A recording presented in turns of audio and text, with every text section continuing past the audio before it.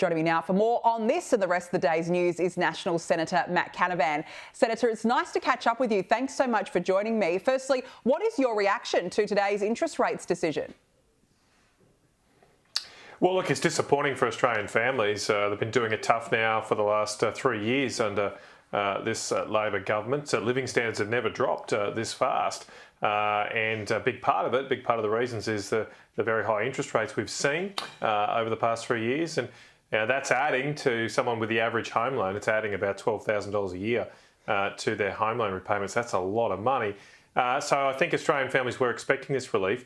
I mean, the key reason why we're not seeing interest rates fall is because under Labor, we've seen the biggest and steepest fall in productivity levels in our nation's history. In the first 3 years of the Labor government, productivity fell by more than 5% in Australia. Now, there's never been anything like that. Over a 3-year period, the biggest reduction prior to that had been 0.5% during the recession we had to have under Paul Keating. So, you had the biggest fall over a 3-year period of being 0.5%. Then Anthony Albanese comes along, not only breaks this record fall in productivity, he smashes it and ends up with more than 10 times that fall under Paul Keating to over 5%.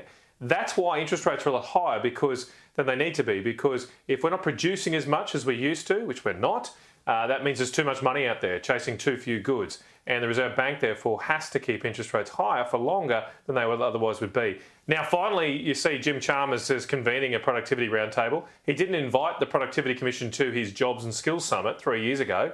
I bet you they're regretting that decision. Now they're having a productivity roundtable, but it seems to have morphed from what was meant to be about productivity to just simply be about how high we can jack taxes on the rest of the country to save their failing budget. So I don't know if this is going to deliver the economic dividend or the interest rate reductions we could have if we had a serious agenda to have a stronger economy. Good point. A couple of days ago, he flagged that there will be some sort of tax reform. Today, he was even asked about the GST, and he got very testy about it. So, who knows what's to come? I think you're spot on there, Matt. Now, look, a lot of talk about the global impact on the rates decision. Donald Trump has kept the conversation alive about his tariffs as he unveiled a whole new raft of ones. He's told about 14 trade partners via a letter that sharply higher tariffs will begin at the start of August. But I found this to be interesting, Matt. The Productivity Commission here says that Australia will actually benefit from some of the tariffs because some global capital flows will be redirected towards us. What do you make of that? Well, we've seen that. I mean, we saw a few months ago the Chicken Littles among us all saying the sky was going to fall in because Donald Trump made an announcement on tariffs. But when you looked at the detail, you could see that, take, for example, Australian beef, it was going to go into the US at a 10% tariff. And our big competitors in the beef market in the US are Canada and Mexico, and they were facing a 25% tariff. So clearly it was going to be a good news for Australian beef, but that level of detail was missed in the original reporting. I'm up here in the beef capital in central Queensland, and the beef industry has done very, very well since the announcement in Australia, as has many other Australian industries. So we're just not seeing those dire conclusions, and I know the government would love to be able to blame Donald Trump for him eating their homework, but that's not the reason our economy is in the doldrums, and it's not having a huge impact. On the broader issue, I mean, Donald Trump is calling out the high tariffs and high protection levels of other countries. I think we've got off largely scot-free for now because we haven't had those high barriers. But, for example, everyone talks about Donald Trump's tariffs, but our Australian beef still faces a 25% tariff to get into Japan. I mean, people don't talk about that. It's a 25% tariff to go to Japan. Now, we still export a lot of beef to Japan, but that's their trade barriers. They have very high trade barriers in many Asian countries and European countries, and they've got away with it for a long time. Now, they all say they support free trade. Now that Donald Trump's acted, well, how about they actually practice what they preach?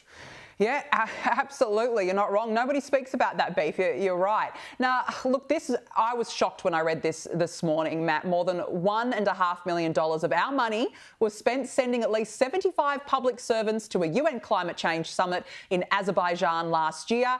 It was an average cost of 20 grand a head. It's also been revealed that at the last 3 conferences of the party's summits, the Australian pavilion on the conference floor cost about $1 million each.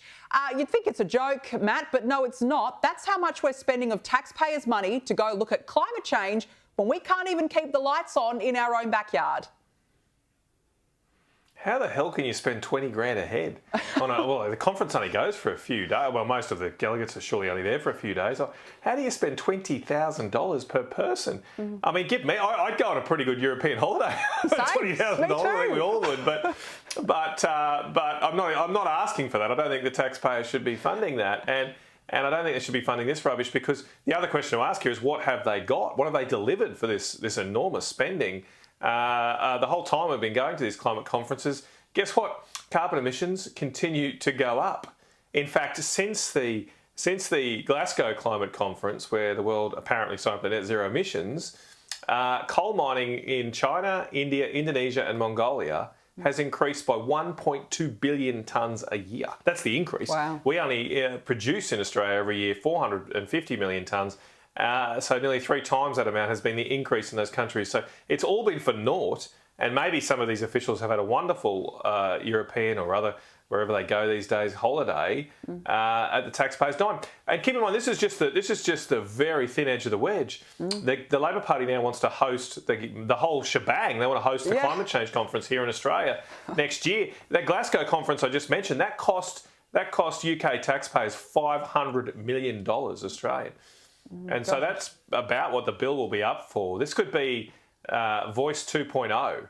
Yeah. Well, this will be the Anthony Albanese's second-term Voice, where he spends $500 million on a useless climate conference that produces no results, just like the Voice did, and it's money we have to borrow. We don't have it.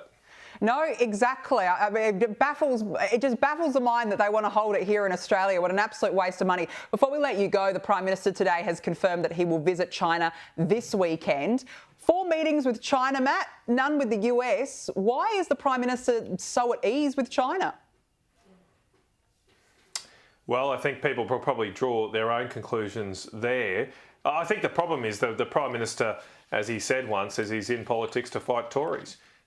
He's not, he didn't, when he was asked why are you in politics, he didn't say it's to defend our country, to pursue the best interests of Australia. It was to defeat Tories. So clearly the Albanese government has been in a period of mourning since Donald Trump won the election in the United States, because they don't like right-wing and conservative people winning elections. Now, Xi Jinping's not right-wing or conservative. He's communist, so they feel close to him. But they've got it. When you leave our shores, when you leave Australia and go and represent the Australian government, you need to put those partisan political interests aside and put the nation's interests first. And this is a very scary time for our country, because clearly our nation's interests continue to be to have a strong relationship with the United States, our most important friend and ally in the region, a fellow democratic country we've got a long history with, fighting alongside whoever is in the White House. That has to happen. Absolutely. And clearly an aggressive totalitarian regime who has recently conducted live fire exercises underneath a civilian flight path near Australia without warning, is not this kind of friend or ally like the United States is. So the PM has got some explaining to do to the Australian people, and I don't think he's being upfront with Australians about why he hasn't gone to Washington DC to visit Donald Trump. No, and you just gave one example there, but this is why we need the US more than ever. Matt Canavan, good to catch up. Thanks so much for joining me on the show this evening.